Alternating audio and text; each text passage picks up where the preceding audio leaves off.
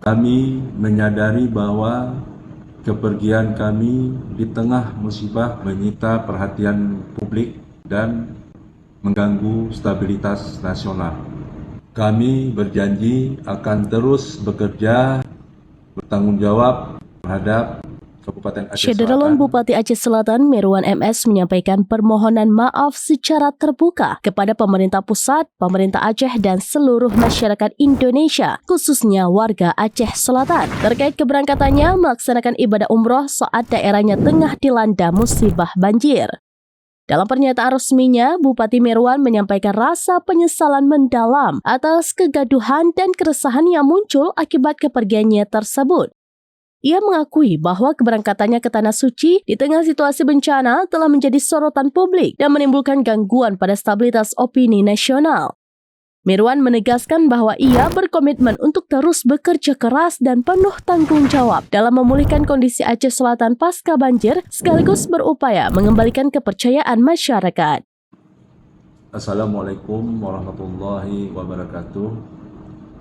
Saya Haji Mirwan MS selaku Bupati Aceh Selatan dengan segala kerendahan hati menyampaikan permohonan maaf yang sebesar-besarnya atas ketidaknyamanan, keresahan, dan kekecewaan banyak pihak, terutama kepada Bapak Presiden Republik Indonesia Haji Prabowo Subianto dan Bapak Menteri Dalam Negeri Haji Tito Karnavian dan juga pada Bapak Gubernur Aceh Haji Muzakir Manaf serta seluruh lapisan masyarakat Indonesia, masyarakat Aceh dan masyarakat Kabupaten Aceh Selatan pada khususnya.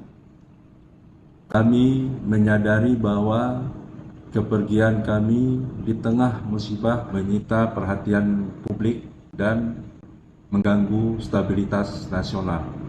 Kami berjanji akan terus bekerja bertanggung jawab terhadap Kabupaten Aceh Selatan pasca banjir, tetap bekerja keras untuk memulihkan kepercayaan publik dan yang paling penting memastikan bahwa kejadian serupa tidak terulang di masa yang akan datang. Semoga Allah Subhanahu wa Ta'ala senantiasa melimpahkan rahmat dan hidayahnya kepada kita semua.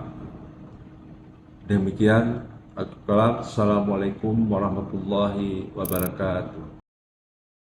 Download Tribun X sekarang, menghadirkan lokal menjadi Indonesia.